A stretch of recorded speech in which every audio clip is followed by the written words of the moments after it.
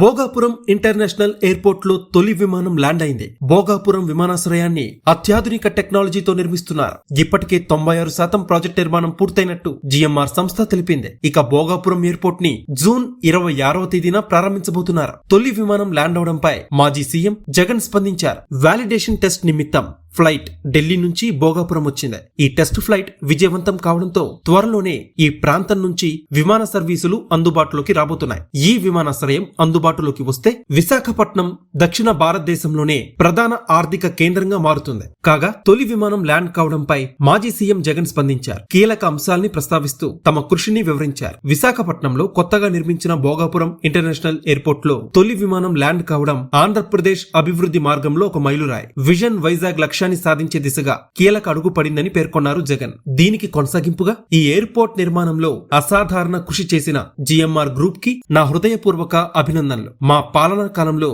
వేగవంతమైన అనుమతులు సాధించడమే కాదు, ఎయిర్పోర్ట్ నిర్మాణం కోసం భూములు ఇచ్చిన వారి పునరావాసం కోసం, భూసేకరణ కోసం సుమారు 960 కోట్లు ఖర్చు చేయడం ద్వారా ఈ ప్రాజెక్ట్ కి బలమైన పునాది వేశాం. ప్రాజెక్ట్ కి సంబంధించిన ప్రధాన పనుల్లో గణనీయమైన భాగం అప్పుడే పూర్తయింది. ఆ రోజు మేం చేసిన కృషి ఇవాల్టి ఈ కీలక మైలురాయిని చేరుకునేందుకు ముఖ్య కారణంగా నిలిచింది. అలాగే విశాఖపట్నం పోర్ట్ ని భోగాపురం అంతర్జాతీయ విమానాశ్రయంతో అనుసంధానించే భోగాపురం ఎయిర్పోర్ట్ బైపాస్ జాతీయ రహదారి ప్రాజెక్ట్ కి 2023 మార్చిలో ఆమోదం ఇచ్చిన నితిన్ గడ్కరీ గారి కృషి, సహకారం నాకెంతో గుర్తుంది అంటూ జగన్ వివరించారు. ప్రస్తుతం జగన్ చేసిన ఈ కామెంట్స్ వైరల్ అవుతున్నాయి. అంతేకాదు భోగాపురం ఎయిర్పోర్ట్ విషయంలో అప్పటి ప్రభుత్వం చేసిన కృషిని కూడా నెటిజన్స్ మెచ్చుకుంటున్నారు.